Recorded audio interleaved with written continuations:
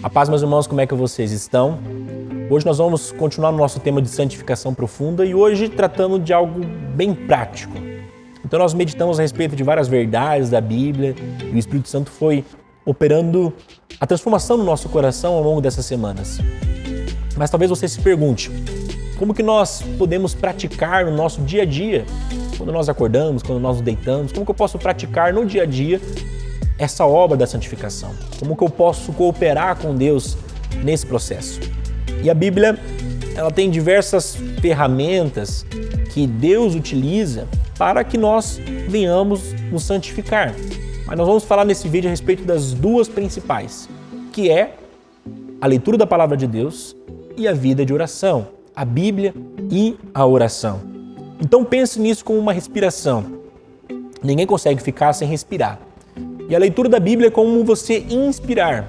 Você faz o processo de inspirar, se encher da verdade. Você faz o processo de trazer para dentro aquilo que Tiago fala no capítulo 1, versículo 21.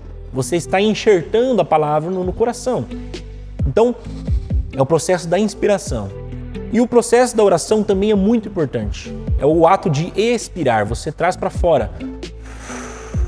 Você dialoga com Deus a respeito das verdades que Ele já está enxertando no seu coração. Você conversa, você traz para fora aquilo que está no teu coração, aquilo que Deus está operando. Tanto as suas lamúrias através de um clamor, através de um processo de orar, de interceder, quanto também as suas alegrias, o ato de regozijar, de ações de graças.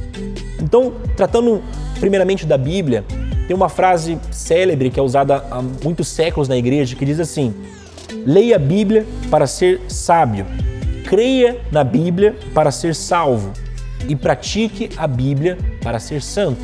Isso resume muito a vida do cristão e a importância da Bíblia na caminhada cristã. E Jesus, na sua oração que ele fez, uma dessas últimas orações pelos discípulos, que está lá em João capítulo 17, ele fala assim, Deus, eu rogo para que santifica-os na verdade, e a tua palavra é a verdade. Então, a santificação está totalmente atrelado à verdade da palavra de Deus. Nós precisamos entender isso, porque a Bíblia é a ferramenta que Deus, como o sábio arquiteto do universo, utiliza para nos consertar. É um martelo que está ali nos martelando todo dia. É a ferramenta de corte, a ferramenta que está nos adornando. A Bíblia, ela vai, ao longo do nosso tempo de caminhada com Deus, ela vai quebrando os falsos paradigmas que nós temos. Ela vai consertando as nossas falsas ideias. Ela vai destruindo os nossos ídolos do coração. Quando nós vamos conhecendo e caminhando com Deus através da sua palavra, nós vamos conhecendo mais a respeito de Deus e automaticamente mais a respeito de nós mesmos.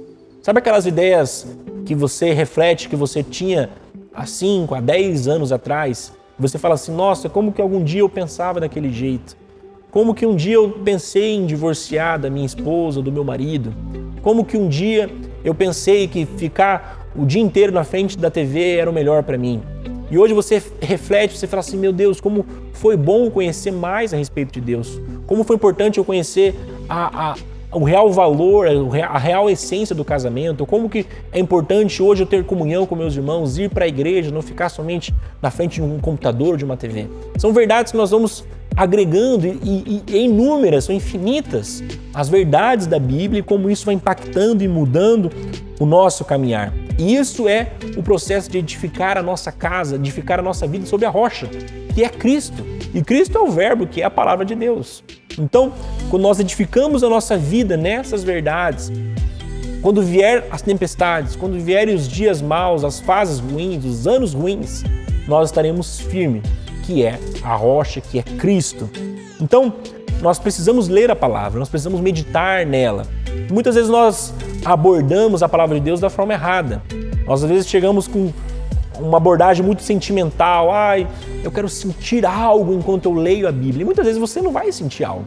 Porque Paulo ele fala que nós devemos apresentar o nosso culto a Deus um culto racional. Então muitas verdades da Bíblia são verdades racionais. Quando você entende que Abraão era pai de Isaac, isso talvez não vai te impactar. Uau, meu Deus, que sensação boa. É uma verdade simples, ele era pai de Isaac. E a Bíblia está cheia de genealogias falando a respeito disso. Então nós não podemos abordar dessa forma ou também abordar de uma forma muito obrigatória, rabugenta. Não, eu preciso ler, eu tenho que ler a Bíblia porque é obrigado. A gente não pode chegar com essa abordagem perante a palavra de Deus que em essência, é o próprio Cristo. Cristo é o verbo, a verdade que está externalizada. Não posso chegar com um senso de obrigatoriedade, ler porque eu tenho que ler. Não, eu leio porque eu amo a palavra de Deus. Nós não podemos também chegar abordando a palavra de Deus como uma mina de ouro. Não, eu preciso encontrar o versículo que vai me dar vitória. Eu preciso encontrar a passagem que Deus vai falar comigo hoje. Não, muitas vezes é uma leitura que nós precisamos fazer e nem sempre vai ser dessa forma. Deus, ele fala conosco da forma que Ele quer.